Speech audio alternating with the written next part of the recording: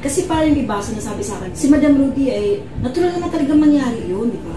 Natural mangyari, may lindol, may bagyo. Di ba, nung pumutok yung Bulkan Taal, lahat naman wala talagang idea. Usually, nag-alangan nga ako i-post nun eh. Kumbaga, inulit lang talaga ng vision ko sa i-post mo na. So, which is, lahat naman tayo talaga, lahat kayo walang idea na sa mag-eruption yung Taal eh.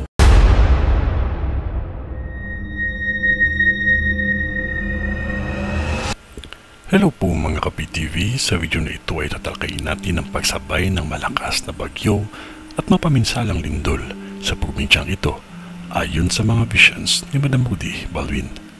Pero kung ikaw ay hindi pa nakasubscribe sa aking channel, baka naman.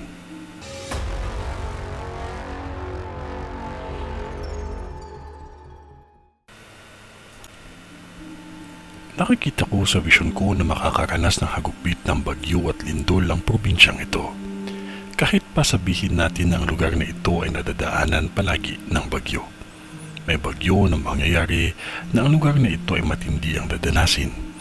Isang bagyo na kung saan mas malala at mas malupit pa ang dadanasin kumpara sa mga nakaraang bagyo na dumaan. Bagyo ito na halos sinabayan ng pagyanig ang lugar. Isang tulay ang nakikita ko na babagsak.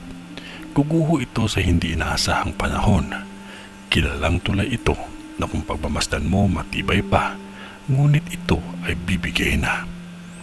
Mas mataas ang bilang ng mga nasawi sa bagyo sa lugar na ito. Paghandaan nyo lamang dahil kakaiba ito na bagyo kumpara sa mga dumaan dahil may guhit ng mahabang kidlat sa tubig baha. May nakikita akong matatamaan ng kidlat na ito at mahaba ang bakas na iniwan nito. Iwasan ninyo lumangoy sa baha dahil ang kidlat ay hindi mo masabi kailan aatake. Maging maingat naman ang lahat sa mga bagyo na paparating lalo na sa taong 2025 dahil walang makakapagpapigil sa tindi ng baha na dadanasin natin na animoy pahiwatig ng kasaysayan sa Biblia. May nakikita akong ospital at isang lugar na kung saan malapit lang sa City Hall ang tutupukin ng apoy. Walang masama ang mag-ingat kahit hindi po kayo naniniwala sa aking mga nakikita.